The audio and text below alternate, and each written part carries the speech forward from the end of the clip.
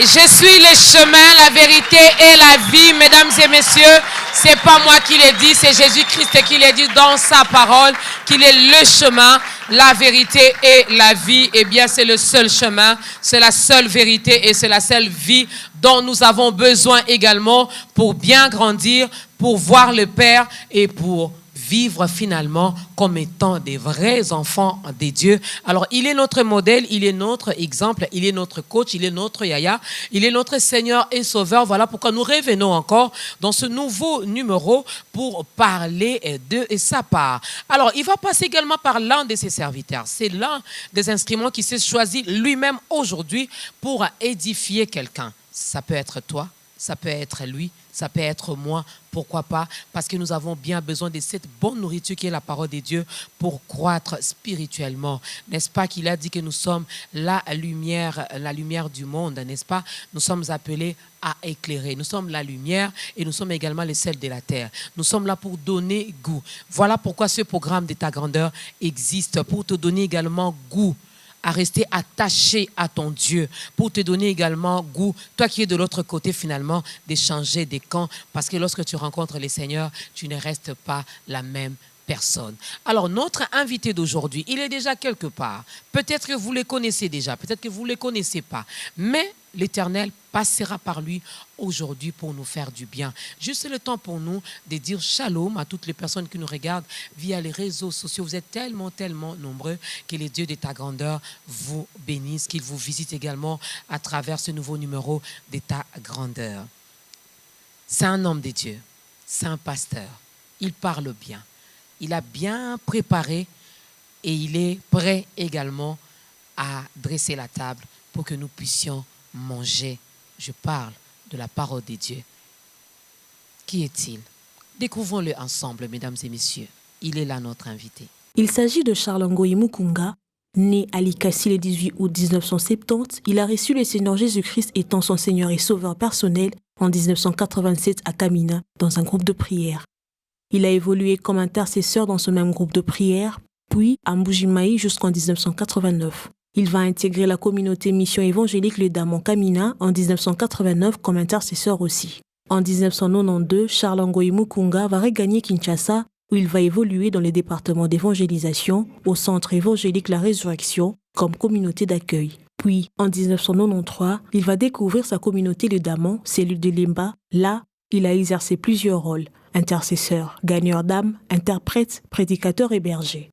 C'est en 2003 qu'il sera consacré au ministère pastoral par l'apôtre Frédidier Momutombo, visionnaire et fondateur de la communauté Les Damans. Actuellement, il est responsable de l'église mission évangélique Les Damans, centre de solutions Lemba et coordonnateur national de la communauté Les Damans.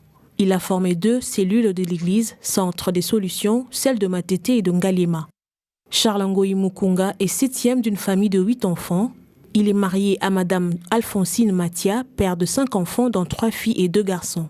Il a fait ses études théologiques à l'École internationale du ministère et à l'Institut biblique théologique et missionnaire. Charles Ngoyi Mukunga a consacré toute sa jeunesse à l'œuvre du Seigneur. Sa plus grande lutte dans cette prédication est de préparer l'épouse à la rencontre de l'époux, comme le dit Éphésiens 5, 25 à 27. Il a toujours eu un fardeau pour les hommes de Dieu. Voilà pourquoi il organise des conférences d'échange entre les hommes de Dieu afin de remédier quelques problèmes qui rongent les ministères. Vous l'avez vu en image, mesdames et messieurs, c'est notre invité, le pasteur Charles Ngoyi. Nous le recevons sous vos applaudissements pendant que l'homme de Dieu fait son entrée. C'est par lui que nous allons manger aujourd'hui. Je vous en prie, pasteur, je vous en prie, mettez-vous. L'homme de Dieu, le pasteur Charles Ngoyi, c'est notre invité d'aujourd'hui. Alors, je l'ai dit, c'est le canal par lequel l'Éternel s'est choisi lui-même finalement pour nous parler, pour bénir une personne. Alors, ne sois pas distrait, ne sois pas distraite. C'est peut-être votre jour aujourd'hui. Le seul souci que nous avons aujourd'hui dans ce nouveau numéro est qu'une seule personne puisse également ouvrir son cœur pour que le Christ fasse son entrée, que cette personne le reçoive comme son Seigneur et son Sauveur. Et il y aura une grande fête qui sera organisée au ciel pour cette personne-là. Shalom, homme de Dieu, et bienvenue dans ce programme. Shalom Mamadokas. Tout va bien sinon? Ça va très bien par la grâce du Seigneur. Alors nous sommes bénis, c'est une bénédiction pour nous de vous recevoir dans ce programme. Nous sommes vraiment honorés. Mais avant même que j'annonce notre sujet du jour, notre thème d'aujourd'hui, ils sont curieux, je les suis aussi. Nous voulons bien connaître votre histoire d'amour avec Jésus. Merci, Maman Dorcas. La personne qui vous parle, il s'appelle au nom de Charles Ngoy. Il est né un certain 18 août à Likasi, au Katanga. Vers les années 87, nous avons rencontré le Seigneur Jésus-Christ. C'était derrière une âme. Dans la jeunesse, vous savez, on court toujours derrière des personnes. J'avais une petite amie à moi qui m'a amené au Seigneur. C'est elle qui m'a conduit tout droit vers le Seigneur. Et elle m'a amené là-bas dans un groupe de prière. Et lorsque je suis arrivé là-bas, c'est les jours où elle m'amène, j'entre à l'église au groupe de prière à l'époque, parce qu'il n'y avait pas des églises, nous avions des groupes de prière. En y entrant directement, il y a eu l'ainsi dit l'Éternel. Alors, on m'a parlé, on a prophétisé sur moi que le Seigneur avait besoin de moi. Et sur place, la personne qui m'a amené, elle a disparu. Et je suis resté, et là, sur place, j'ai été pris en charge le même jour. Et le frère qui était là, les anciens du groupe de prière, m'ont demandé l'adresse de la maison. Je leur ai donné l'adresse, ils m'ont conduit une de jusqu'à la maison. Ils ont demandé à mon père et à ma mère qu'ils m'ont aimé, qu'il était important qu'ils puissent rester avec moi pendant un temps. Et le papa leur a accordé l'opportunité de rester avec moi. Et c'est le même jour que nous avons commencé une retraite chez nous et dans ma chambre pendant 4 jours, sans manger, sans boire. C'était la première expérience avec le Seigneur. Madame, ce n'était pas facile.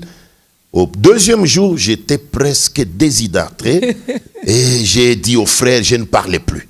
J'ai dit non, ça ne sert plus à rien. Je refuse le Seigneur Jésus-Christ que vous m'avez amené.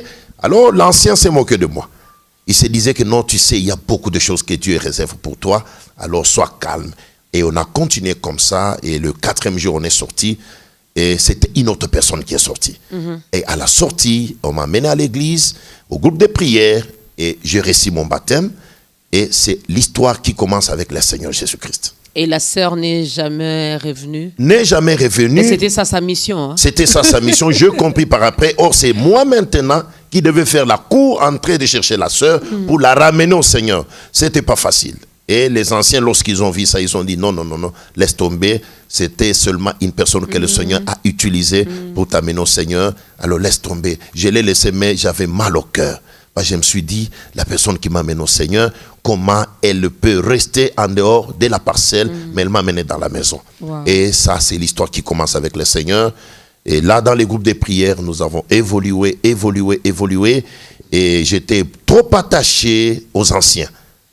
Et à chaque fois qu'il y avait un programme, à l'église, au groupe de prière, je me présentais toujours.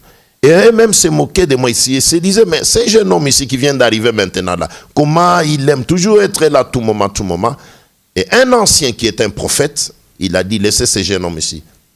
Je vois un avenir meilleur avec le Seigneur, avec lui. Alors on m'a laissé et c'est comme ça que nous avons commencé et on a évolué. Et jusqu'aujourd'hui, vous les servez? Jusqu'aujourd'hui, nous les servons. Vous ne regrettez rien? Non, je ne regrette pas, madame. Par contre, je suis très content d'avoir connu le Seigneur à cet âge-là, parce que j'étais encore trop jeune. C'est-à-dire, je n'ai pas eu, ce qu'on dit, l'occasion, comme les autres, de boire, de faire ceci ou cela. Je n'ai pas bu dans ma jeunesse, parce que d'abord, l'éducation familiale. Nous avons grandi dans une famille où on nous interdisait, on disait que la boisson, c'est seulement les grandes personnes qui prennent la boisson. Alors, on avait peur. Même si on vous envoie acheter la bière, on doit mettre dans un sac. Parce qu'on dit qu'on nous a interdit, c'est pas bon de prendre la boisson, même d'y toucher. Alors ça s'est passé comme ça. Alors j'ai rencontré le Seigneur et les choses ont évolué comme ça. Waouh, très bien. Est-ce qu'on peut acclamer le Seigneur pour ces témoignages? Et voilà. C'est peut-être également ton jour aujourd'hui. L'Éternel veut également passer par l'homme de Dieu, le pasteur Charles, pour t'attirer également vers lui, pour que désormais qu'il entre dans ta vie et qu'il soit le seul Seigneur est le seul sauveur de ta vie. Il faudra également avoir une relation personnelle avec ces dieux. Nous allons t'aider, nous allons y arriver. Donc, sois patient. Aujourd'hui, dans ce programme, mesdames et messieurs, nous allons parler de la destinée divine. De la destinée divine.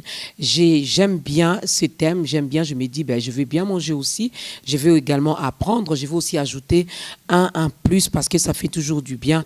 Lorsque nous servons le Seigneur, nous devons également les connaître également dans sa largeur, sa longueur, sa profondeur. Tout ce que tu veux là, tu peux ajouter. Alors, nous allons demander à la chorale de nous proposer le tout premier cantique avant de commencer avec les questions-réponses.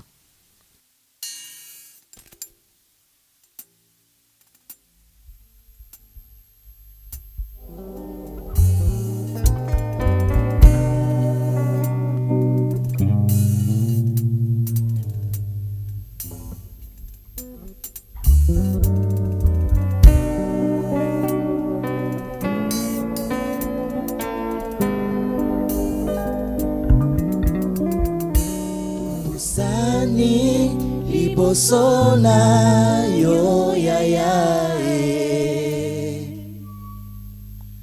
pona koyemba mosantu yozalie mwana na pate afandi na ngwende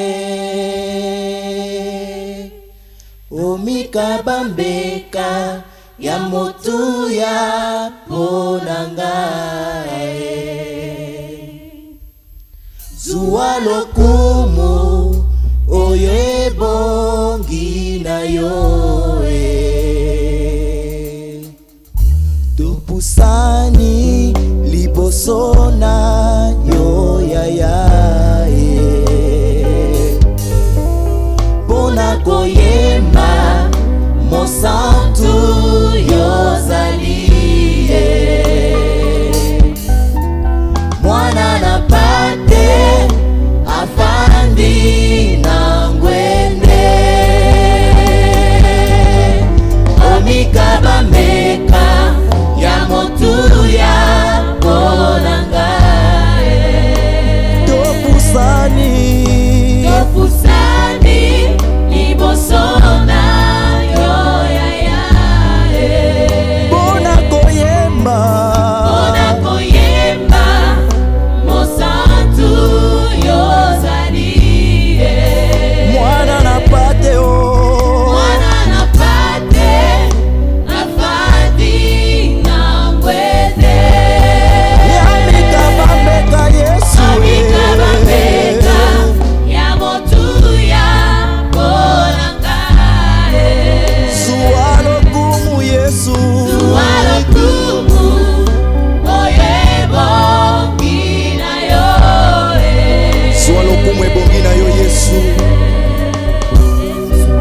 liboso na yo kotonda yo mosato alola ekopambola kombo na yo Yesu nanga zwa lokumu mosato alola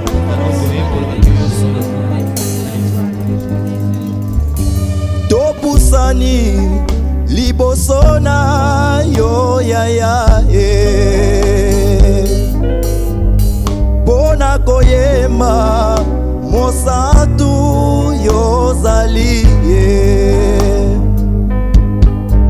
mwana na pateo afandi na ngwende amikabambeka Yesu ya motu ya ponangae zuwa lokumu Yesu oyo ebongi na yo topusani libosona yo yaya pona koyemba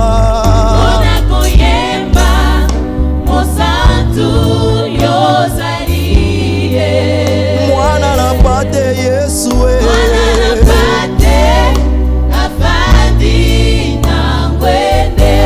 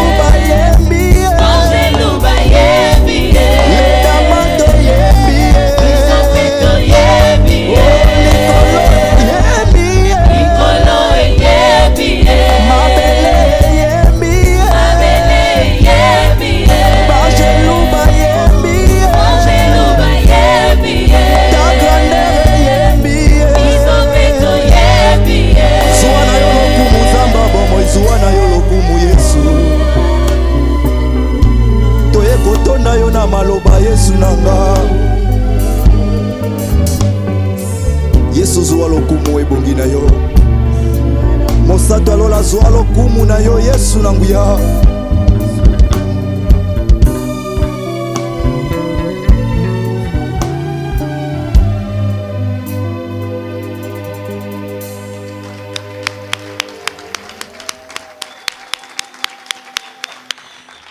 Alors, tu peux le faire également chez toi à la maison. Tu peux également acclamer pour le roi de nations, pour le roi de rois, pour le roi de gloire, pour le Seigneur des seigneurs qui est Jésus-Christ de Nazareth. C'est lui que nous élevons également dans ta grandeur. Je n'est-ce pas que je l'ai dit dans mon introduction, il est le chemin, la vérité et la vie. Il n'y a pas deux, il n'y a pas trois, il n'y en aura même pas d'autres.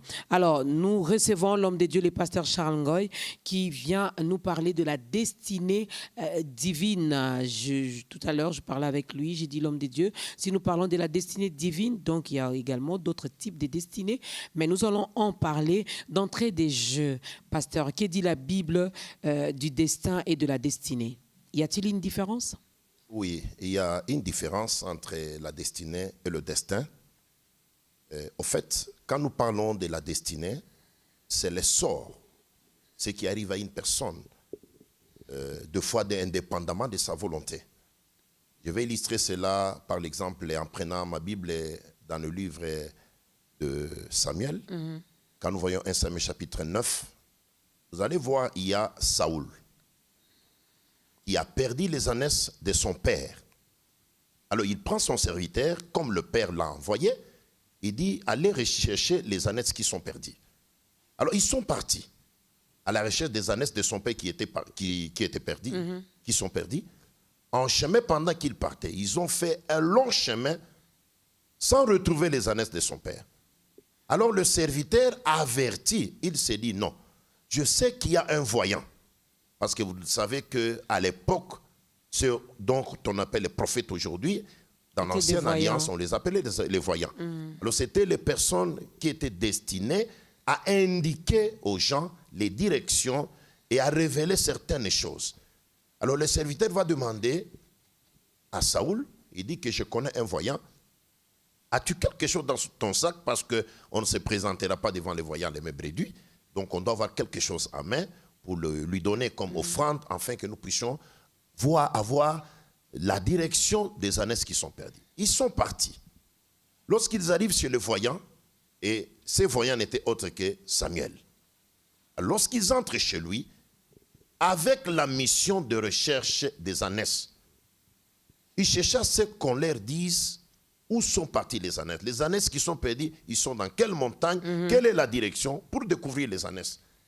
Or, déjà bien avant, Dieu avait averti à Samuel, comme Israël avait besoin d'un roi, Dieu a averti à Samuel, lui a dit que non, j'enverrai demain à cette même heure de personnes qui viendront. Mais parmi les deux, il y aura celui que tu vas oindre pour roi en Israël. Alors, vous allez voir que Samuel, en lui, il ne connaissait absolument rien. Il s'attendait à rien.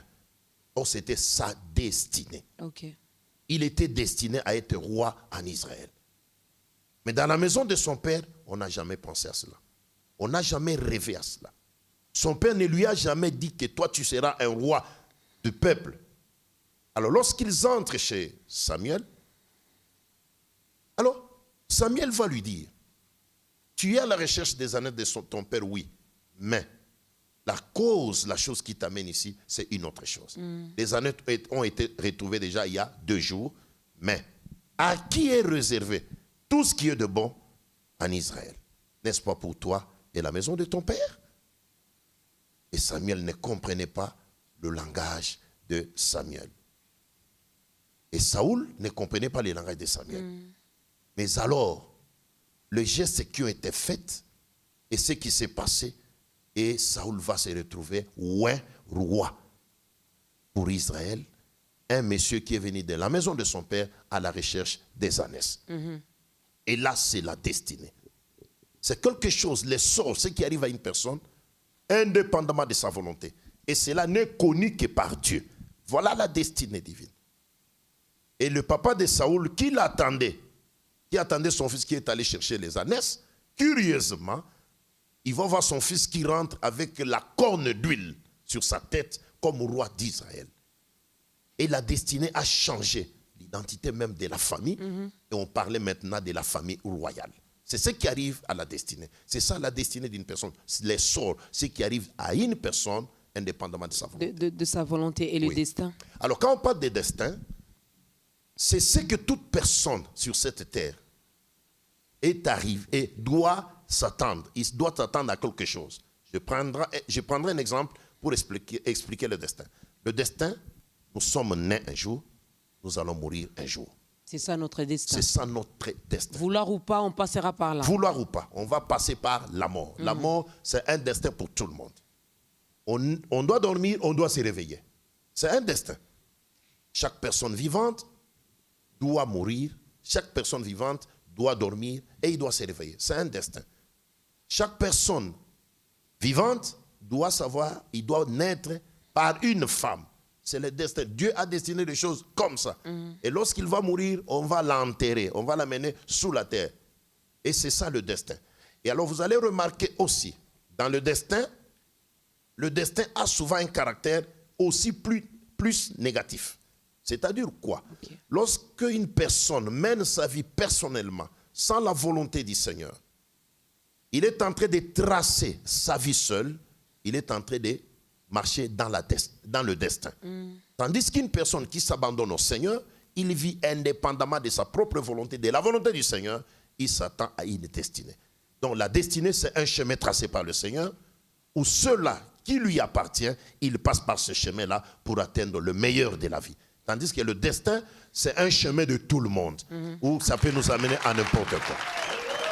Et celle qui s'abandonne entre les mains de Dieu, Satan va vers sa destinée, elle peut être glorieuse ou néfaste. Ou quand on s'abandonne entre les mains de Dieu, notre destinée est seulement glorieuse. Elle est glorieuse. Entre les mains du Seigneur, la destinée est glorieuse. Oui. Nous parlons de la destinée divine. Je l'ai dit tantôt, quand on parle de la destinée divine, c'est pour nous dire aussi qu'il y a d'autres destinées. Ah oui, il y a d'autres destinées.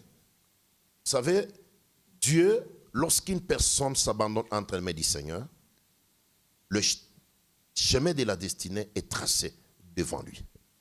Mais il y a un problème qui se présente. Nous savons que nous sommes dans ce monde est sous le pouvoir satanique. Il y a deux fois, l'homme qui a une destinée divine, qui a une destinée meilleure, le diable surgit sur son chemin. Il va le plonger dans une autre destinée qui n'est pas la destinée de Dieu. Il arrive aussi que les gens vivent la destinée satanique au lieu de vivre la destinée divine. Et là, nous disons il y a la destinée divine, il y a aussi la destinée satanique.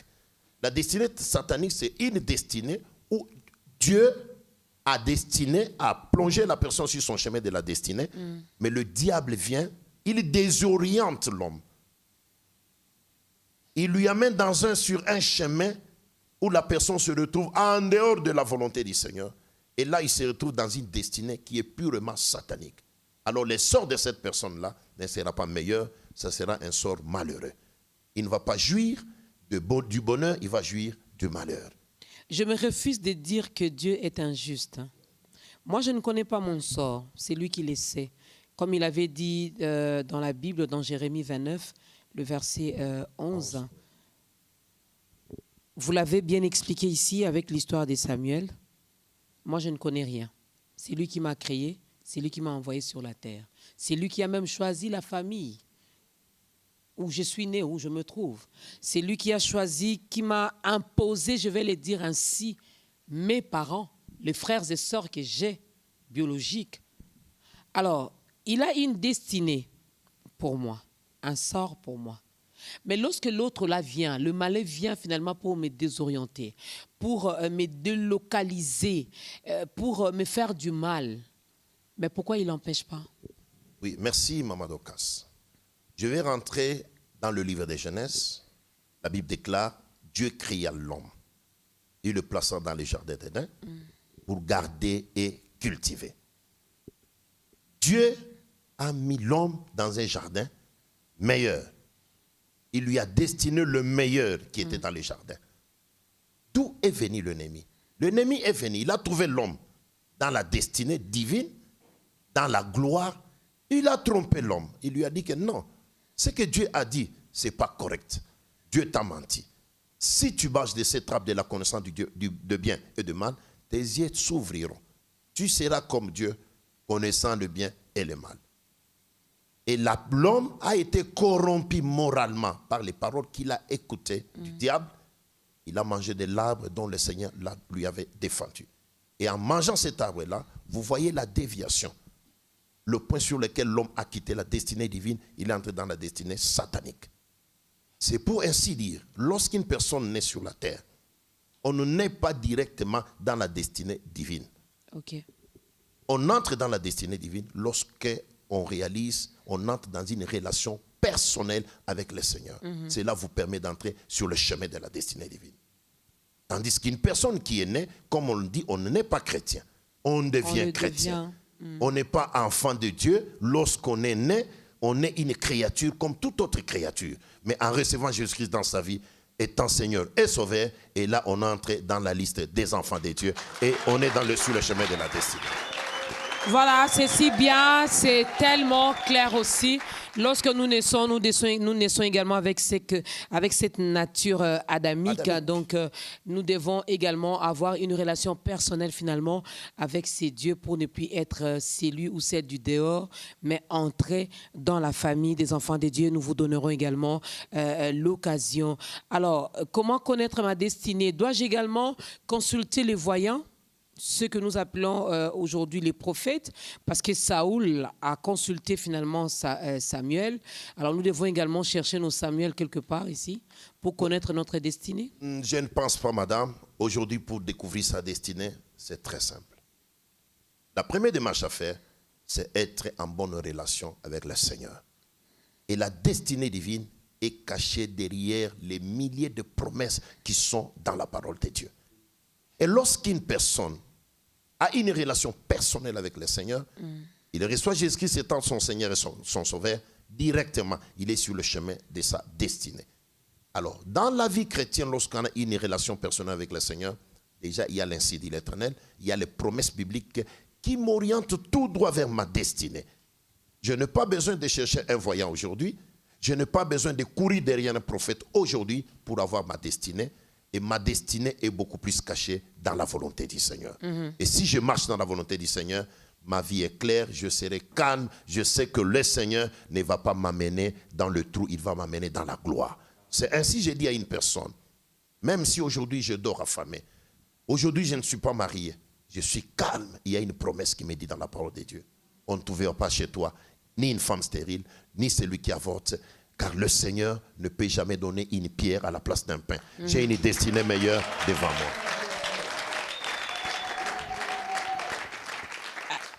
Toutes ces promesses concernent donc tous les enfants des dieux, pasteur, parce qu'on a vu également ceux-là qui ont accepté Jésus-Christ dans leur vie étant Seigneur et Sauveur, mais qui continuent à galérer, qui continuent à souffrir, qui continuent. Il était païen, il est tombé malade, il donne sa vie à Christ, il reste malade. Il y en a qui continuent à souffrir, il y en a qui continuent à demeurer dans le chômage, dans les difficultés, dans les choses compliquées, mais ils ont toutes ces promesses ici dans la Bible. Toutes ces promesses concernent tout enfant de Dieu.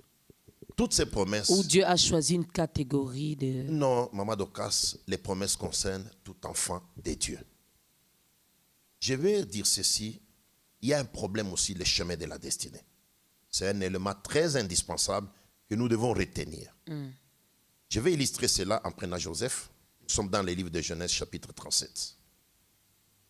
Joseph est né dans une famille où il y avait des promesses. Il est le fils de Jacob. Ceux-là qui nous suivent, ils savent cela. Joseph a une vision qui retrace sa destinée. Et la destinée même familiale. Dieu choisit Joseph comme la tête, comme l'orientation, comme celui qui va amener la famille dans la gloire. Ce qui est curieux, même son père ne comprenait pas que de ses fils ici, toute la famille aura le salut. La destinée de la famille est cachée derrière ce fils ici. Mais le chemin parcouru par Joseph pour amener sa famille à la destinée, c'est aussi un problème aujourd'hui avec les chrétiens ou l'Église. Les chrétiens ne doivent pas attendre toutes choses au même jour les choses ne tomberont pas seulement du ciel le même jour. Dieu a un chemin par lequel il nous fait passer pour que nous puissions entrer dans notre destinée. Je parlais du chemin de la destinée. Ce chemin, le plus souvent, n'est pas acceptable par les enfants de Dieu. Joseph fait partie de la haine de la famille à la gloire en Égypte.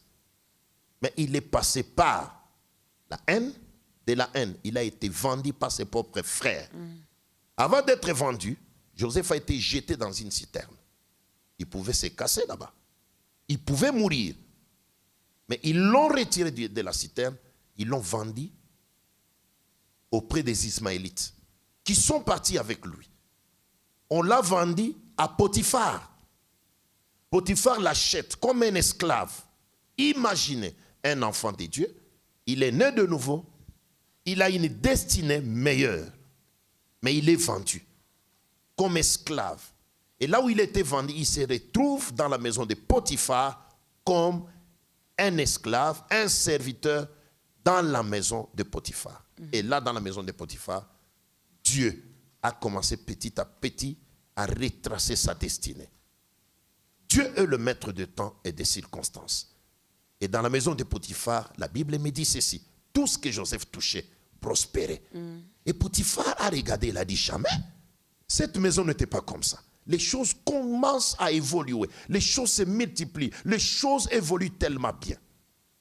Et dans la maison de Potiphar, étant esclave, hébreu, étranger, vous savez que lorsqu'on est étranger dans une autre nation, il y a certains droits qui ne sont pas les vôtres. Mais lui, dans la maison de Potiphar, Potiphar va le mettre comme le numéro 1 de sa maison. Il est devenu le gérant de la maison de Potiphar. Il gérait tous, excepté la femme de Potiphar. Et de la maison de Potiphar, Joseph a commencé à respirer. Il se disait: ah oui, peut-être la destinée maintenant va s'accomplir. Et de là, il va se retrouver en prison. De la prison, non pas il a fait 1 année en prison ou 2 ans, parce qu'il y a des gens qui croient que Joseph a fait seulement quelques mois en prison et puis il est sorti, il est arrivé chez Pharaon. Non, les choses ne se sont pas faites comme ça. Joseph a passé beaucoup de temps en prison. Ce qui est bizarre, compliqué encore, Joseph a été même oublié en prison. Et là où il était oublié en prison, comme Dieu est le maître des temps et des circonstances, Dieu va créer un songe dans la tête de Pharaon. Et ce songe-là, comme Dieu est celui qui crée les besoins, et il connaît les personnes qu'il faut pour répondre à ces besoins-là, et les besoins que Dieu crée dans la maison de Pharaon, il n'y a que Joseph qui devait répondre à cela. Et on a envoyé vite chercher Joseph en prison. La première des choses que j'aime, Joseph quitte la prison, on le change des habits. Donc le chemin vers la destinée est en train de se retracer. Il est toujours sur le chemin de la destinée. Et il se retrouve devant Pharaon. Pharaon lui pose la question: on m'a dit que toi tu as l'intelligence de Dieu. Tu interprètes. Il dit que ce n'est pas moi. C'est l'Éternel Dieu dont je suis serviteur qui donnera l'explication à ton songe au roi. Vis éternellement. Et lorsque le roi donne les songes qu'il avait, et là Joseph donne l'explication. Et non pas une explication ordinaire, avec le remède, ce qu'il faut faire. Parce qu'actuellement, vous allez voir, madame, il y a des gens qui ont des visions, il y a des gens qui ont des messages prophétiques, mais sans solution, sans remède. Sans orientation. Sans orientation. Et Joseph donne l'orientation à Pharaon. Et Pharaon, Dieu touche le cœur de Pharaon pour lui dire: voilà la personne qu'il faut pour la réalisation de ses rêves ici. Et Joseph se retrouve le premier citoyen après Pharaon en Égypte. Un étranger. Un étranger gouverne toute l'Égypte. Et là, la destinée de sa famille va maintenant prendre son cours normal. Pour dire ceci, on a un enfant de Dieu, on a les promesses. Les promesses ne sont pas pour une catégorie unique de personnes, mais c'est pour nous tous. Mais il y a un chemin par lequel le Seigneur va vous amener. C'est le meilleur chemin. Et le meilleur peut-être pour vous, parce que vous êtes passé par là et vous avez peut-être gagné. Mais pourquoi doit-on passer nécessairement par ces chemins? Quand je regarde dans la Bible, je me rends compte que ça n'a pas été facile, ni pour Joseph, ni pour Moïse, ni pour David. Ça toujours. Pourquoi? il est Dieu, il est notre papa. Est-ce qu'il ne peut pas me faciliter également la tâche? Dorcas, voilà ta destinée, ben, il me prend, il me pose là et puis c'est fini. Non, madame, Dieu ne peut pas faire cela. Dans toute l'histoire de la Bible, vous savez, nous naissions tous ensemble avec la nature adamique. Alors Dieu doit faire un travail de métamorphoser la personne, doter le résidu, afin que la personne soit parfaite, que la personne soit faite à la statue parfaite de Jésus-Christ, afin que la personne entre dans la gloire. Vous allez le remarquer même avec les enfants d'Israël. Ils sont sortis de l'Égypte. Le chemin n'était pas un chemin de 40 ans. C'était un chemin de 3 au 4e jour. Ils sont déjà en Égypte. Mais Dieu s'est dit non. Ce peuple vient de l'Égypte. Ils ont la nature égyptienne. Ils ont vu la magie, ils ont vu les fétiches, tout c'est ça. Il faut balayer ces histoires pendant le chemin, afin que ce peuple entre dans la terre promise, qui est la terre de la destinée, en étant pur. Donc on doit enlever toutes les imperfections qui sont dans leurs pensées, dans leur tête, les pratiques adamiques, les pratiques égyptiennes doivent tomber. C'est ainsi Dieu nous fait souvent passer par ce chemin-là, afin que lorsque nous entrons dans la gloire, nous puissions dire, ça ce n'est que Dieu qui peut le faire. Et de deux, madame, lorsque Dieu nous fait passer par le chemin-là, il veut que l'humanité tombe. Parce que lorsqu'on passe du tic au tac, réellement on ne comprendra pas que c'est Dieu qui a fait cela. Et lorsqu'on arrive quelque part, il faut qu'on arrive à dire, ça, il n'y a que Dieu qui pouvait le faire. Ça, il n'y a que Dieu qui pouvait le faire. La destinée divine, mesdames et messieurs, la destinée divine, c'est notre thème d'aujourd'hui. Alors, les chemins de notre destinée, ben, on comprend que ça ne sera pas facile. Hein, on aime bien la rose, mais il faut également accepter les épines, c'est ça? Il faut accepter les épines. Même si ça fait mal, on reste accro. Même si ça fait mal, madame, il y a des gens aujourd'hui, même dans l'église, dans le ministère, beaucoup de gens vivent les hommes de Dieu. Mais le chemin par lequel ils sont passés, c'est un chemin compliqué. Souvent, les gens me disent... Mais Dieu place également les gens peut-être pour nous orienter aussi, pour nous aider. Ah oui, Dieu place les gens. Parce que pour Israël, il a fallu un Moïse pour l'orienter. Il n'y a que Joseph qui fut seul, mais Dieu était avec lui. Mais c'est un exemple extraordinaire. Un exemple extraordinaire qui nous demande aussi, bon, peut-être que c'était dans le plan merveilleux de Dieu, mais je me dis, lui aussi n'a pas été discret. Est-ce qu'il était obligé vraiment de raconter tout ça? Ah oui, parce que l'âge c'est pas qu'il lui-même avait... aussi qui a cherché des problèmes finalement face à ses frères? Non, c'était le chemin du Seigneur. Parce que vous savez, lorsque ses frères sont arrivés, Joseph a dit ceci, ce n'est pas vous qui m'avez vendu. C'est l'Éternel qui m'a envoyé ici pour vous préparer tout ce dont vous voyez. C'est que c'était la volonté du Seigneur qu'il lui soit vendu. Même son père ne comprenait pas ce qui s'est passé. Il a compris à la fin. Donc tout ce qui nous arrive dans la vie, c'est la volonté du Seigneur. Et la Bible est très claire. Toutes choses concourent au bien de ceux qui aiment Dieu. Alors, lorsque nous vivons des choses, lorsque nous vivons des difficultés, des fois nous accusons l'autre là, non, c'est seulement lui qui nous fait ça, c'est seulement lui. Mais c'est à la fin qu'on comprend, donc l'Éternel voulait me dire ça. Oh, c'est l'Éternel qui m'a amené ici, c'est l'Éternel qui a fait ceci. Donc, faisons confiance et continuons à faire confiance en ces Dieu. Nous écoutons la deuxième chanson.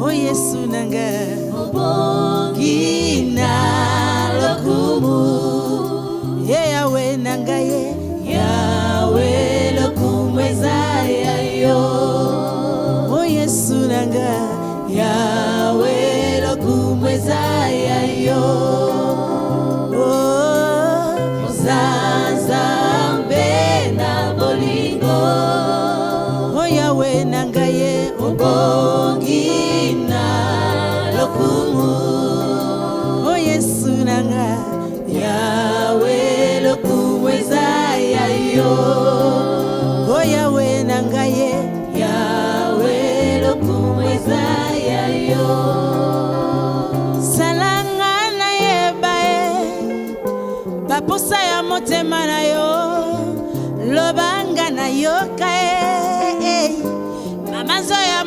molimo na yo bongo nga nakokisa papa ye baposa ya motema na yo bongo nga naloba maloba ye maye kosimba yo Yesu lobanga na yoka mabanzo ya molimo na yo simba nga na ningana nanguya ya loboko na yo bongo na miso papa mabolongo na sena sanjola na mitika yawe liboso na yo ozanzambe na bolingo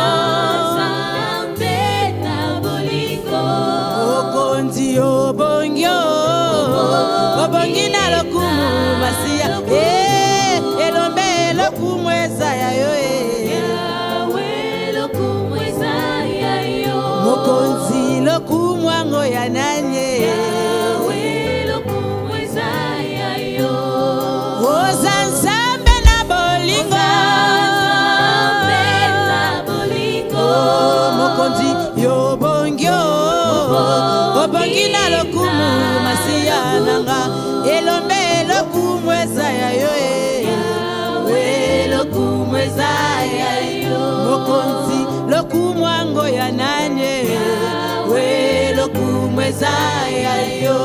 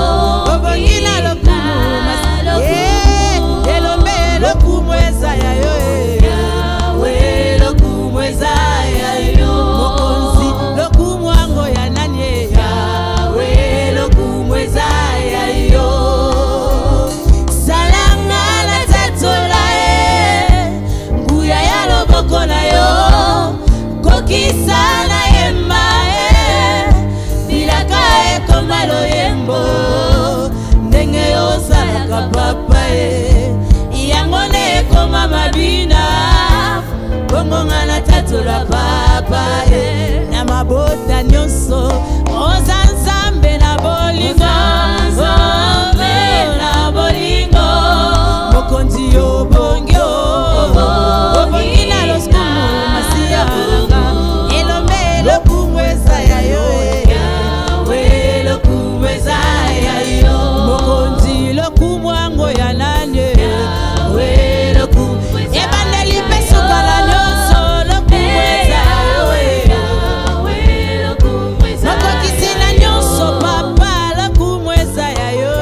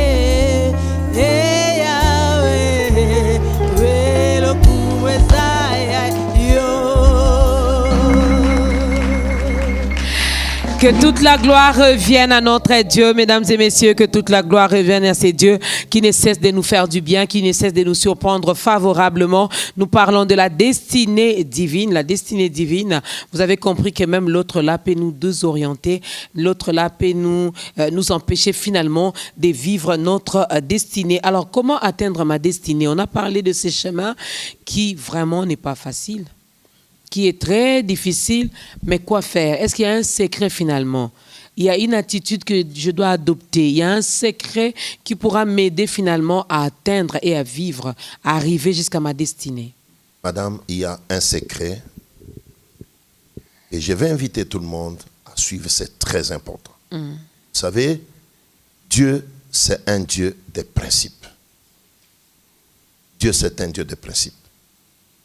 Si nous voulons atteindre notre destinée, une seule chose, demeurer, vivre, marcher, respirer dans le principe divin. C'est le plus grand secret. Et le principe divin permet à une personne d'être dans la volonté du Seigneur. Je parlais tout à l'heure de la volonté du Seigneur. Et la volonté du Seigneur est caractérisée dans ces principes. Il y a des choses qui ne demandent même pas de calcul, qui demandent à ce que la personne entre dans les principes divins. Parce que vous savez, il y a des principes naturels que Dieu a établis dans la nature. Aujourd'hui, nous avons même un problème avec la nature. La nature n'obéit plus à l'homme. Dans le jardin, Dieu a établi l'homme dans le jardin d'Éden pour garder et cultiver. Et Dieu a dit l'homme dominera. C'est tout ce qui est sur cette terre ici. Mais aujourd'hui, vous allez voir, même la terre elle-même, même la nature elle-même n'obéit plus à l'homme. Pourquoi? Parce que l'homme n'obéit plus aux principes de la nature. Il y a les principes établis pour la nature. Il y a aussi les principes, j'ai toujours dit, les principes humains. Ce sont des principes, des règles qui établissent des relations entre moi et vous.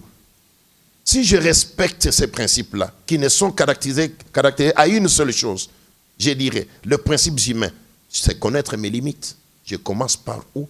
Maman Dorcas commence par où? Elle s'arrête où? Moi, je m'arrête où? Je serai en paix avec vous. Et avec Dieu, c'est la même chose. Il y a les principes divins que le Seigneur a établis, qui sont clairs et mis dans sa parole. Lorsque nous respectons les principes divins, nous allons atteindre notre destinée sans difficulté. Et beaucoup de problèmes que nous avons, les difficultés, c'est parce que nous vivons, nous marchons en dehors des principes divins. C'est ce qui ne nous permet pas d'entrer dans la destinée divine. Il faudra également connaître finalement ces principes divins. Oui. Quelqu'un a dit, si vous voulez cacher des choses à un Congolais, je me limite au Congo pour ne pas parler de l'Africain d'une manière générale, il faudra donc écrire, les cacher dans un livre. Nous n'avons pas cette culture-là de lecture. Alors, pour que je connaisse finalement ces principes divins, je dois les connaître. Il faut les connaître. Comment faire pour les connaître? Voilà le pourquoi. Déjà, les chrétiens d'aujourd'hui ne lisent pas la Bible. Voilà le pourquoi de l'Église. Voilà le pourquoi de l'homme de Dieu. Et nous avons le devoir, non pas en priorité, de chasser les démons dans les vies des gens, c'est de leur apprendre la parole de Dieu. C'est le plus grand devoir. Jésus-Christ a enseigné. Chasser les démons, guérir les malades, c'est la deuxième étape. Mais la priorité, c'est montrer aux enfants de Dieu le principe biblique. Lorsque quelqu'un dans les principes bibliques, même les démons auront peur de lui. Et vous savez, et vous le savez avec moi, que l'ignorance tue. Et c'est d'ailleurs, si je peux paraphraser, parmi les obstacles, les choses qui empêchent aux gens de vivre leur destinée. C'est l'ignorance. Lorsqu'on ne connaît pas qui l'on est, lorsqu'on ne connaît pas ce qu'on a, on peut vivre comme un petit enfant. Galate est très clair en ce sujet. La Bible dit que lorsqu'elle hérité encore un enfant, il ne diffère de rien d'un esclave. À condition que celui-ci, comme il est un enfant, il ne sait pas lire, je vous rejoins, il faut le mettre sous la tutelle de quelqu'un, d'un responsable pour sa formation. Et on nous met, nous les enfants de Dieu, nous n'avons pas l'habitude de lire la Bible. Et c'est la vérité, nous le voyons même dans nos églises. Mais qu'est-ce qu'il faut faire? Il faut apprendre aux enfants de Dieu la parole de Dieu. Il faut leur enseigner la parole de Dieu, le principe biblique. Lorsqu'ils vont apprendre les principes bibliques, ils les mettront en pratique. Ils vont entrer dans leur destinée sans tambour ni tam-tam. Sans tambour ni tam-tam, vous allez donc entrer dans votre dans votre destinée. Alors, puisque vous avez déjà épinglé un tout petit peu, vous avez déjà parlé de l'un des obstacles qui nous empêche finalement d'entrer dans notre destinée. Vous avez parlé de l'ignorance. Est-ce qu'il y a d'autres obstacles qui peuvent nous empêcher, nous, en tant qu'enfants de Dieu, d'entrer dans notre destinée? Oui, je vais illustrer cela lorsque je prends ma Bible dans le livre de Luc, chapitre 10. À partir du 13e verset, on parle de la femme qui était courbée. Cette femme était dans le temple, dans la synagogue. Elle servait là-bas, elle était là-bas. Les sacrificateurs étaient avec elle, mais elle était courbée. Personne ne s'est posé la question de savoir pourquoi cette femme est condamnée dans cette condition. Elle ne vivait pas sa destinée. Elle vivait une autre destinée qui sera révélée par le maître lui-même. L'entrée de Jésus dans la synagogue, moi je l'ai dit, il est entré seulement pour cette femme-là, ce jour-là. Lorsque Jésus entre, il regarde tout le monde, les sacrificateurs, tout le monde était là. Mais il jette un regard compatissant sur la femme qui était courbée. Je me dis, peut-être en train de torchonner, même de balayer, de faire quoi que ce soit. Elle pouvait même être partenaire à l'église. Mais personne ne s'en souciait pour savoir son problème venait d'où. Mais lorsque Jésus entre, elle la voit, elle lui impose les mains. Et c'était le jour du sabbat. Cela a scandalisé les sacrificateurs qui se disaient, oh, faites-vous guérir les jours d'autres jours, pas les jours du sabbat. Jésus a dit non. Cette fille d'Abraham, que Satan tenait liée, ne fallait-il pas la délivrer les jours du sabbat? Nous trouvons la première des choses, l'ignorance. Je le disais, cette femme ignorait qu'il existait même une destinée divine pour elle. Il y a plusieurs personnes qui vivent ne sachant même pas qu'il existe une destinée divine pour elle. Une personne donne sa vie à Christ, mais elle n'arrive pas à comprendre que ma vie chrétienne maintenant là, je dois comprendre, je dois marcher dans les principes divins pour que j'atteigne ma destinée divine. C'était l'ignorance. L'ignorance tue. Nous devons connaître, nous devons apprendre, nous devons connaître, nous devons apprendre. La deuxième des choses, je dirais, l'acceptation de sa situation. Cette femme ne s'en souciait pas aussi peut-être, elle était là. Et se disait, bon, ce sont les choses qui arrivent. Et il y a plusieurs personnes. Il y a une anomalie dans sa vie. Et elle se dit, bon, les malheurs attirent souvent les justes, le Seigneur en délivre souvent. Elle reste dans cette situation-là. Au lieu de chercher à savoir et à comprendre pourquoi cette situation m'est-elle arrivée. Deuxièmement, je trouve l'acceptation. N'acceptez pas tout dans la vie. Il y a des choses qu'il ne faut pas accepter étant un enfant de Dieu. Sans oublier, Dieu est notre Père. Il n'y a pas un père qui puisse accepter que son enfant soit malade. Le père dort calmement dans sa chambre. Lorsque nos enfants ici biologiques tombent malades, nous sommes au chevet de nos enfants. D'ailleurs, je vais vous dire une chose. À la période de couvre-feu, à l'époque, je sais un homme qui est sorti la nuit avec son fils qui était malade, à 2h du matin. Les militaires l'arrêtent, ils ne s'arrêtent pas. Tokobé Tamassas, il est en train de continuer la marche. Et lorsqu'ils arrivent vers la personne, ils trouvent que la personne avait son fils, il dit que tuez-moi. Pour mon fils, j'accepte de mourir, mais que j'amène l'enfant à l'hôpital. Vous comprenez? Alors il n'y a pas un père qui soit calme, comme notre Père qui est aux cieux, pendant que Dorcas est malade, pendant que Dorcas, il y a des choses qui ne marchent pas dans sa vie. Mais il y a certaines situations que lui-même permet. Il permet. Et lorsqu'il permet, il sait encadrer cela. Israël était dans le désert, mais Dieu était toujours avec son peuple. Et Dieu dit aussi qu'il ne permettra jamais que nous soyons tentés au-delà de notre force. Et la troisième des éléments que je voudrais épingler, c'est l'imposition satanique. Parce que la phrase se clôture par Jésus dit, et cette fille d'Abraham que Satan tenait liée. Donc il y a deux choses que le diable nous impose. Comme on ignore, nous acceptons, nous restons dans cette situation-là. Je vais aussi paraphraser en prenant le fils perdu qui était dans la maison de son père, dans une destinée meilleure. Et là aussi chercher l'indépendance. L'esprit de curiosité, je vais découvrir ailleurs. Or, en cherchant cet esprit d'indépendance, il a quitté la destinée divine. Il s'est retrouvé dans la destinée satanique. Mais la Bible dit, ayant rentré en lui-même, il s'est dit, dans la maison de mon père, il y a du pain en abondance, moi je meurs de faim. La prise de conscience. Et il a pris conscience et il a dit, je me lèverai. J'irai vers mon père, je lui dirai que j'avais quitté la destinée divine, je vais y retourner. Donc il y a des choses pareilles qui peuvent nous empêcher à vivre notre destinée. Il y a l'ignorance, il y a l'acceptation de la situation telle qu'elle est, et l'imposition aussi satanique. Et il y a aussi un autre obstacle qui est conscient, c'est ce que j'ai dit, un esprit d'indépendance.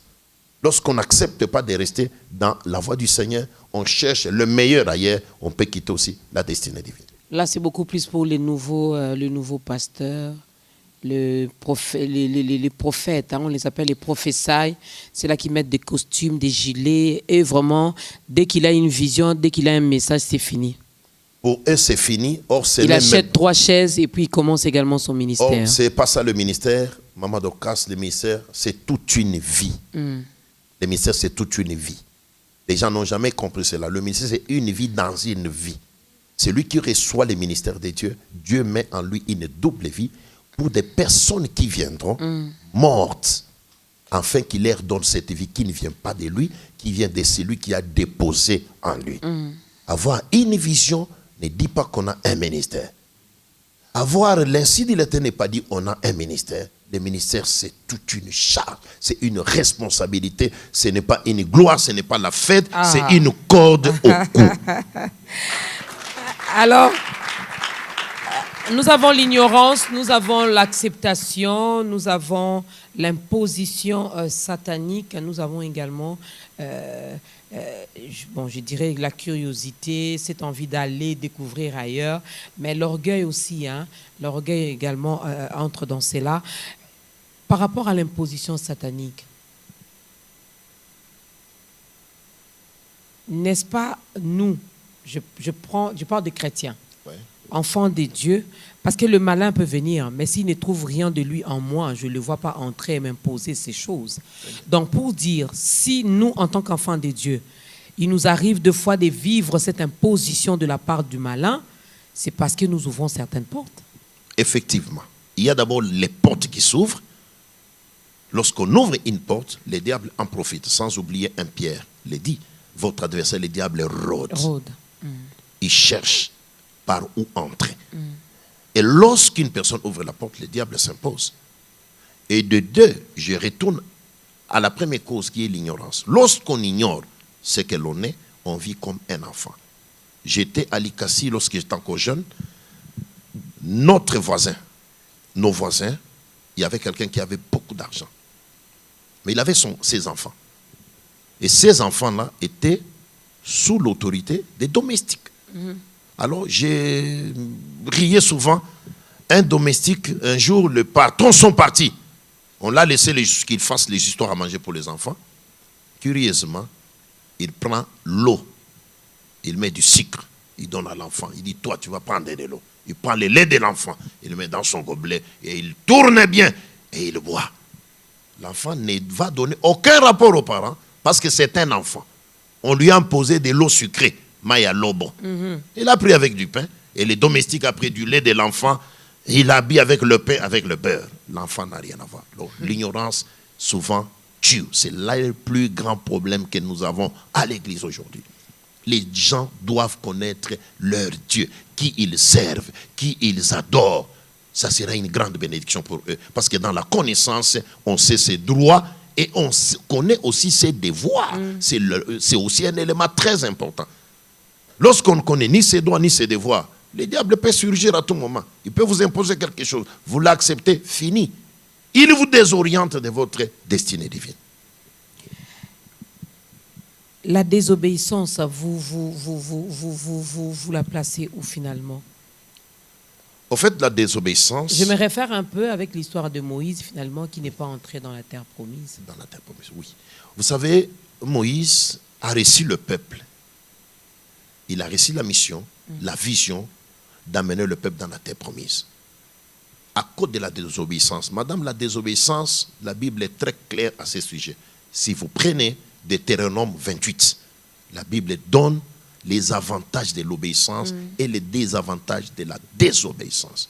La désobéissance, c'est lorsqu'on brise la loi divine, c'est lorsqu'on fait autre chose que la volonté de Dieu. Et cela ouvre grandement la porte au malin. Mais il y a toujours une issue de sortie. Lorsqu'on désobéit, lorsqu'on prend conscience, on revient. Là, le diable pleure parce que ce qu'il voulait faire ne réussira jamais. À ceux qui ont désobéi à la loi de Dieu. Parce que le problème, c'est que la Bible dit, 7 fois les justes tombent, 7 fois ils se relèvent. Lorsqu'on désobéit, on prend conscience, on retourne aux pieds du Seigneur. On se repent parce que la repentance, c'est le produit, c'est la paracétamol que tout chrétien doit avoir en permanence dans sa poche. Parce que dans ce monde ici, il y a toujours, on peut toujours trébucher à tout moment. Mais lorsqu'on se repent, on retourne dans la présence du Seigneur et on ferme la porte, le diable n'accédera pas. Ça sera difficile pour lui. Et nous, on en profite également. Cette fois, mon serviteur tombera. Cette fois, il se relèvera. Ah non. Je me permets maintenant de tomber parce que je sais que je vais me relever. Mais je tombe. Non, non. La tombée, moi, je dépasse même le chiffre 7. Hein. Ouais, merci. Donc, mais je tombe, je me relève, je tombe, je me relève. Ça fait 27 fois que je suis tombé. Non, non. La tombée, ce n'est pas tomber volontairement. Parce qu'il arrive des fois, par erreur, on peut dire un mot, on se rend compte que j'ai mal parlé à telle personne.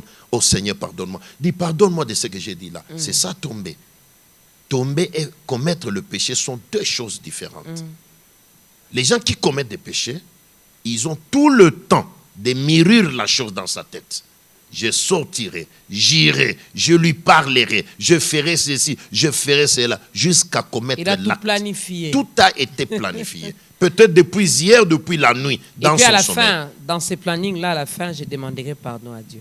Et attention, avant de dormir. La Bible est très claire à ce sujet, Maman Dorcas, qu'il est difficile à celui qui a été éclairé, pardonné déjà par le Seigneur, et que lorsqu'il tombe volontairement, qu'il puisse recevoir de nouveau la repentance. C'est très difficile. Alors, nous devons faire attention aussi à la souveraineté de Dieu. Pourquoi? David a commis le péché. Nous le savons, il a pris la femme d'Uri. Dieu l'a pardonné. Parce qu'il a reconnu son forfait. Il a pleuré. Il a mis un sac, il est tombé par terre. Mais curieusement, avec Saoul, là nous sommes dans 1 Samuel chapitre 15, qui a désobéi. Lui alors, à son tour, au lieu de reconnaître son péché, son forfait, il va se justifier. Comme Adam et Ève. Non, Seigneur, ces bœufs gros, grâce ici, ces bœufs gros que vous voyez ici, nous les avons menés pour offrir à Dieu, pour donner notre... Samuel lui a dit non, non. Dieu ne prend pas plaisir au sacrifice qu'à l'obéissance à sa parole et à ses ordres. Et Dieu l'a rejeté directement. Vous voyez que la souveraineté de Dieu au niveau du pardon est très compliquée. Alors on ne peut pas entrer dans la souveraineté de Dieu. En tout cas, là, moi aussi, je me réserve.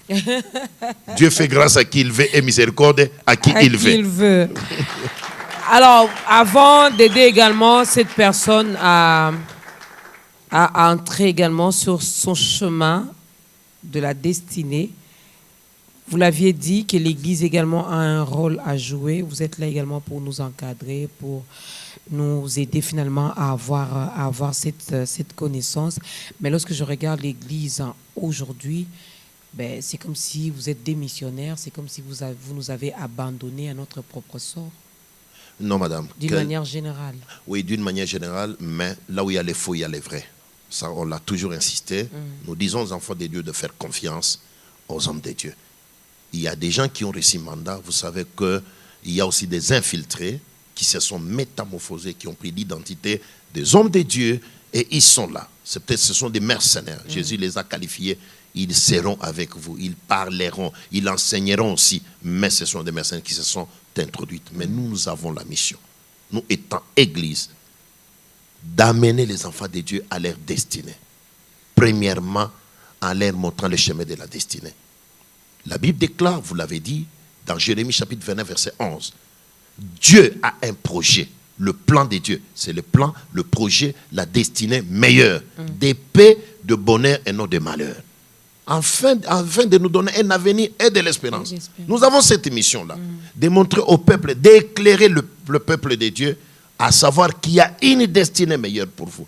Vous avez choisi la vie chrétienne, c'est bien, mais regardez la vie chrétienne. a beaucoup de désavantages. Il y a ceci, il y a cela. Dieu vous garantit premièrement la vie éternelle. Et vous verrez Pierre un jour, il a posé la même question au Seigneur. Il a dit, nous avons tout quitté, nous t'avons suivi. Jésus lui a dit clairement, sur cette terre, vous aurez les centriples et vous aurez aussi la vie éternelle. Et la vie éternelle, c'est tout un chemin. Et sur cette terre, le centriple qu'on nous a promis, ce n'est pas seulement voir les maisons, les ceci, parce que les gens entendent les choses comme ça. Oh, non. La bénédiction sur cette terre, la première et la plus grande bénédiction, Maman Dorcas, c'est la paix. C'est la paix. C'est la paix. Pourquoi j'ai posé cette question? Parce que nous avons parlé de la parole, des principes même divins. Alors, certains hommes de Dieu, je vais les dire, je me le permets de les dire ainsi, c'est comme si vous nous prêchez maintenant en vous référant de votre culture, en vous référant de votre tradition, en vous référant de ce qui vous plaît à vous. Donc, si moi, dans ma culture, la femme ne peut pas parler, ben, je vais prêcher, je vais mettre beaucoup plus l'accent sur que la femme se taise. Si moi, je suis dans la polygamie, ben, je m'arrange finalement pour beaucoup plus prêcher sur la polygamie, en me référant également de l'histoire de Salomon et j'en passe. Si moi, chacun de vous, je me permets de le dire comme ça, chacun des bergers finalement nous prêche d'après ses vocations, sa culture, sa tradition, ses coutumes, si je peux le dire ainsi. Et ça ne nous aide pas, finalement, à connaître les principes divins. Merci, madame. Vous savez, je le disais tout à l'heure, il y a beaucoup d'infiltrés, beaucoup de personnes qui ont parachuté dans le ministère, ils n'ont pas suivi le cursus normal de la vie chrétienne. Posez la question à une telle personne, qui est ton père spirituel? Parce qu'on est le résultat de ces dons de là que nous venons. Nous venons de qui? Nous sommes la sémence de qui? On ne peut en aucun cas conformer la parole de Dieu à nos traditions. C'est nos traditions, nos coutumes, nos habitudes qui doivent se conformer à la parole de Dieu. La parole de Dieu, elle est pure. Mais Jésus nous a lavé déjà prévenu. Il a dit, vous le reconnaîtrez par leurs fruits. Plusieurs viendront. Ils enseigneront les coutumes des hommes qu'est la parole de Dieu. Et vous les reconnaîtrez par leurs fruits. Ils diront ceci, ils diront cela, ils diront ceci. Mais vous, je vous ai déjà prévenu. Suivez la parole de Dieu. Et ce que vous dites, vous avez parfaitement raison. Malheureusement, c'est le temps, c'est le dernier temps, c'est l'apparition de toutes ces choses-là. Mais une seule chose, je demande aux enfants de Dieu de suivre ceux qui leur annoncent la vraie parole de Dieu et la parole authentique. Nous avons besoin aujourd'hui à l'église les caractères, l'attitude des chrétiens de Béret. La Bible déclare, il vérifiait chaque jour les Écritures, pour chaque jour. La Bible déclare chaque fois et chaque jour, pour voir si ce qu'on leur disait était conformément à la parole de Dieu. Donc il est important que les enfants de Dieu suivent aussi, vérifient ce qu'on leur enseigne. Parce que ce qui est curieux, les enfants de Dieu n'ont même pas une Bible. Il vient à l'église, il n'a pas de Bible. C'est maintenant, c'est la génération smartphone, donc on a nos Bibles maintenant parce que le papier là, ça pèse. Hein. Vous avez vu votre Bible, pasteur? Madame, je vis ma Bible. Comment elle est Elle pèse, il n'y a pas de problème, mais on a grandi avec cette moi, je scripture. réponds seulement à leur place. Hein. À leur place, oui. Même leur Bible est là, des smartphones. Vous allez voir. Ça ne pèse pas facilement. Oui. Bon, les jours où il n'y aura pas le courant, nous aurons difficile de lire la parole de Dieu. Donc, il est important d'avoir sa propre Bible en papier parce qu'on peut l'amener partout. Le téléphone, on peut nous le voler en route, dans le taxi-bis, ça peut tomber, mais la Bible... Et ça distrait. Ça distrait aussi. Vous ouvrez comme ça pour lire, voilà, il y a un message WhatsApp qui entre. Voilà, est-ce qu'on peut acclamer pour le Seigneur? Alors, nous allons également donner l'occasion à cette personne qui nous regarde en ce moment. La personne veut également entrer dans cette grande famille des enfants de Dieu. Vous savez comment nous sommes en paix, nous sommes dans la joie, nous sommes pépères, comme le dit le frère Cèdre Katambay, dont la vie chrétienne, elle n'est pas crispée, elle n'est pas... Non. Hein, elle est vraiment, c'est la meilleure des vies que nous pouvons avoir. Alors voilà pourquoi nous voulons également te donner l'occasion, mon frère, ma soeur, papa, maman, finalement, d'ouvrir ton cœur pour que le Seigneur Jésus-Christ fasse son entrée. N'est-ce pas que ça te fera plaisir d'être également la sœur de Maman Dorcas, le frère de Maman Dorcas? Alors, Pasteur Charles, vous allez regarder votre caméra. Nous allons faire l'appel au salut. Nous voulons bien sauver une seule âme. Que cette personne qui nous regarde donne également sa vie à Christ. Que sa vie devienne aussi un témoignage. Je demande à mon frère et à ma soeur qui me suit en ce moment. Dieu a une destinée meilleure pour toi.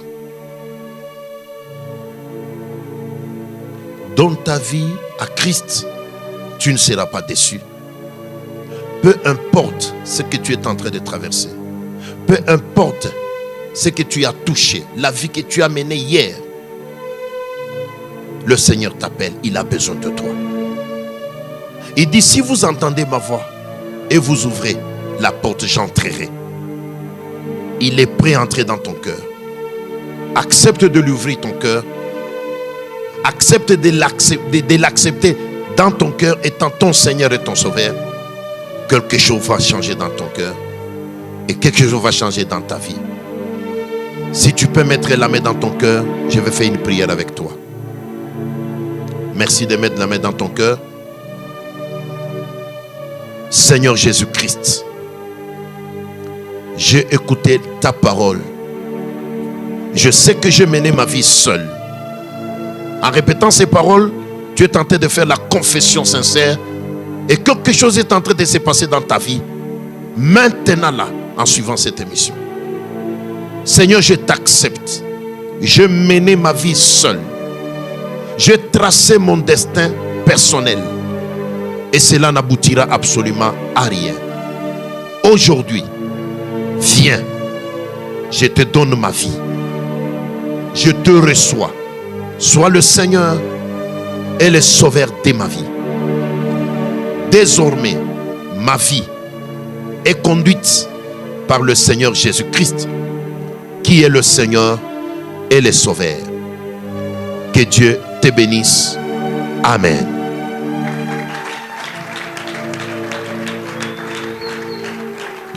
C'est une façon pour nous, mesdames et messieurs, de vous dire bienvenue dans la grande famille des enfants de Dieu.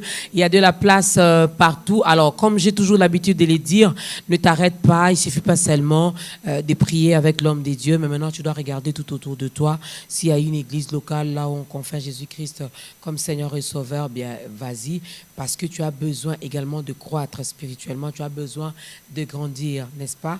Alors, aujourd'hui tu es bébé spirituel parce que tu viens de naître. Mais continue à consommer, passe par les affermissements, passe par des formations. Nous devons apprendre. L'homme de Dieu a parlé de cette manque de connaissances, de cette manque même, on ne se reconnaît même pas. Qui es-tu finalement?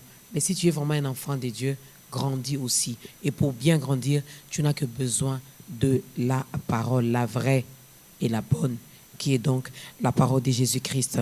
Alors, pendant que la chorale nous prépare la toute dernière chanson, parce qu'on arrive déjà à la fin, on n'a même pas parlé de l'église. Hein.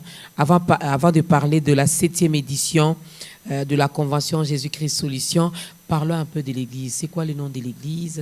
Ça se situe où? Vous recevez quel jour? Oui, nous sommes la mission évangélique Les Damas et Centre des Solutions. Les Damas, pour ceux qui connaissent, c'est une grande communauté. C'est parmi les églises qui ont amené le réveil dans la vie de Kinshasa, dont le visionnaire, c'est l'apôtre Diemo Mutombo Freddy, que j'ai salué en passant. Et moi, je suis le coordonnateur national de la communauté. Nous avons des églises au Congo central, à Boma, partout, à Bandundu, à Lubumbashi. Et ici, sur place en Kinshasa, l'église se situe sur Kama numéro 26, à Lemba Terminus. Nous recevons chaque mardi et chaque jeudi à partir de 14h jusqu'à 17h avant les cultes. Et les dimanches aussi après les cultes, nous sommes disponibles, nous sommes là pour le peuple de Dieu. Même à 17h, nous rentrons à la maison. On ne paye rien. On ne paye rien. Là, c'est entre nous. Maman Dorcas, on ne paye rien. On ne donne pas quelque chose. Absolument rien. On n'achète pas les jus. Il n'y a pas de jus, il n'y a pas de quoi, mais c'est nous par contre qui achetons pour le nouveau venu un jus. Et de fois, on donne même les la transports. grosse bouteille ou la petite bouteille? Selon le choix. Vous êtes allé, il faut aller là-bas. Hein? Mais c'est bien. C'est bien, quelqu'un dira, à cause du jus, mais Jésus a nourri les gens. Hein? Ah oui. C'était également une bonne façon finalement d'attirer lors de son évangélisation, n'est-ce pas, qu'il a multiplié les poissons et les pains. Un ventre affamé n'a point d'oreille. Je n'ai pas dit que ça se trouve dans la Bible. Non, ça ce sont les hommes qui ont dit. Mais Jésus avait compris aussi que ces gens ici ils doivent manger. Et après là, ils pourront bien écouter. Hein? Donc il faut aller jus. Hein? C'est avec un gâteau. Les gâteaux est toujours au rendez-vous. Oh là là. Et il y a aussi des bons beignets qui sont fabriqués par les sœurs de l'église. Alors le jus, c'est selon votre capacité. On va rappeler l'adresse de l'église, pasteur. C'est sur l'avenue Avenue Kama, Lemba Terminus, numéro 26. Ex-foyer social. C'est une adresse connue de beaucoup de gens. Voilà. Vous êtes à Matete, vous êtes à Limete, vous n'avez pas une église locale. Ben, allez-y. Les jus, les beignets, et puis la parole. Et puis la parole. Alors, comment faire pour contacter le pasteur Charles? Nos numéros sont disponibles, ouverts 24 heures sur 24 heures. Nous avons le numéro, les 049 30 985. 049, c'est-à-dire 9999 30 985. Vous pouvez nous atteindre à tout moment. À tout moment.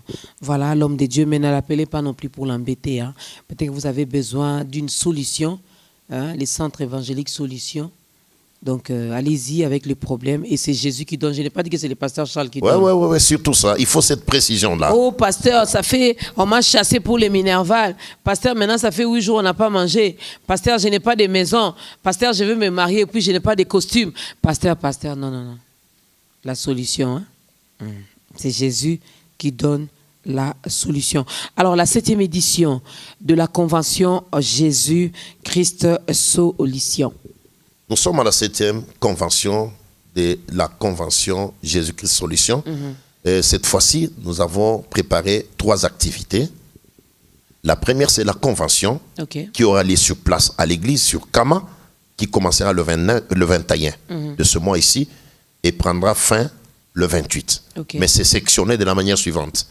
Du 21 au 25, nous serons sur place à l'église. Et du 26 au 28, nous serons au terrain Méfé. Vous savez, ils connaissent Lemba. À Lemba, là, non loin de l'église, le terrain Méfé, c'est un terrain connu. Parce que les terrains qui sont à Lemba, il y a Kangédé, il y a Méfé. Et nous serons là pour une croisade. Pour tout le peuple de Dieu, tout Moamba, tout Kinshasa. Nous invitons le peuple de Dieu à venir manger comme il faut et que Jésus-Christ qui est la solution, il va apporter la solution à leurs problèmes. Comme vous l'avez bien dit, et non le pasteur Charles, c'est Jésus-Christ qui est notre marchandise que nous vendons. Il apporte la solution. Et la 3e activité, ça sera la conférence des hommes de Dieu. Nous avons le fardeau et nous parlons chaque fois sur les pleurs des ministres de Dieu. C'est une préoccupation parce que tout autour de nous, nous avons vu la vie des hommes de Dieu, comment les ministres de Dieu vivent. Alors le fardeau là nous est monté et nous organisons chaque année un moment de réflexion et de partage avec les hommes de Dieu pour voir comment sortir dans des situations difficiles. En présentant Jésus-Christ comme l'homme solution aux problèmes du ministère. Waouh, c'est magnifique, c'est magnifique. Moi, j'ai dit merci. Homme de Dieu, c'est un réel plaisir de vous recevoir, le pasteur Charles Ngoy. Mais si nous avons pu finalement la voir sur ce plateau, c'est grâce également à un homme de Dieu qui, pour moi, c'est un ami, c'est un frère. Mais en tout cas, lorsque Dieu l'élève comme ça, je ne peux que le respecter en tant qu'homme de Dieu. Voilà, mon frère, moi je l'appelle mon frère, hein, Steve Moulumba. Hein, le pasteur Steve. Voilà, pasteur Steve Moulumba. Merci. Est-ce que tu peux acclamer pour l'homme de Dieu? Parce que c'est lui finalement qui nous a facilité également la tâche pour recevoir l'homme de Dieu, les pasteurs. Alors, continuez à acclamer également pour la chorale qui a bien chanté, n'est-ce pas? Et on acclame aussi pour l'assistance. Donc, merci à ces hommes de Dieu qui sont là, à ces sœurs, à ces mamans qui ont tout laissé finalement pour venir également prendre part à ce nouveau numéro d'État Grandeur. Vraiment, vraiment, c'est Dieu, il est bon, il est merveilleux. Voilà pourquoi nous nous restons également attachés à lui, car lui ne déçoit jamais. Les hommes déçoivent, mais Dieu ne déçoit jamais. Une précision, Maman Docas, excusez-moi. Dans la conférence, nous aurons les orateurs. Ah, on n'a pas parlé tailles, des orateurs. Oui. Je crois que les hommes de Dieu ne seront pas déçus. Nous avons Papa Sita Loimba, le docteur Sita. Il sera avec nous. Nous aurons le docteur Tumba. Nous avons le patriarche Mouzei, c'est le représentant légal de Fepakonzame Malam en Suisse. Il sera avec nous. Nous avons aussi le patriarche Mabanza et tous ces grands orateurs. Ils seront avec nous au rendez-vous pour la bénédiction des hommes de Dieu et aussi du peuple de Dieu. Voilà, une très bonne sélection. Donc c'est un rendez-vous à ne pas manquer du 21 au 28 juillet. Déjà du 21 au 25, ça sera au sein même de l'église. Et du 26 au 28, ça sera au terrain. Méfait. Voilà, nous sommes dans la commune de Limba. Ça n'est fini pour aujourd'hui. Le numéro du pasteur est là. Si vous voulez bien le contacter, vous voulez bien qu'il puisse prier pour vous, vous aider également à bien connaître la parole de Dieu, n'hésitez pas. Allez-y, contactez-le. J'ai dit un grand merci à la grande équipe d'État Grandeur qui est au four et au moulin, qui vraiment cette équipe fait un bon travail. Que les dieux d'État Grandeur se souviennent toujours de vous et que l'Éternel te bénisse également. Toi qui as suivi avec beaucoup d'attention ces nouveaux numéros de ta grandeur, j'ose croire que tu as compris que tu n'es pas n'importe qui. Tu as une destinée divine. Tu as une destinée glorieuse qui t'attend. Alors ne te laisse pas distraire par les voisins, les voisines, toutes les personnes qui sont tout autour de vous. On reste focalisé sur notre Seigneur Jésus-Christ. Nous allons tous nous lever. Pasteur Charles va clôturer ce moment avec une courte prière et puis la chorale va nous aider. En tout cas, aidez-moi à voir le pasteur Charles danser. Hein? Vous l'avez déjà vu. Moi, je ne l'ai pas encore vu.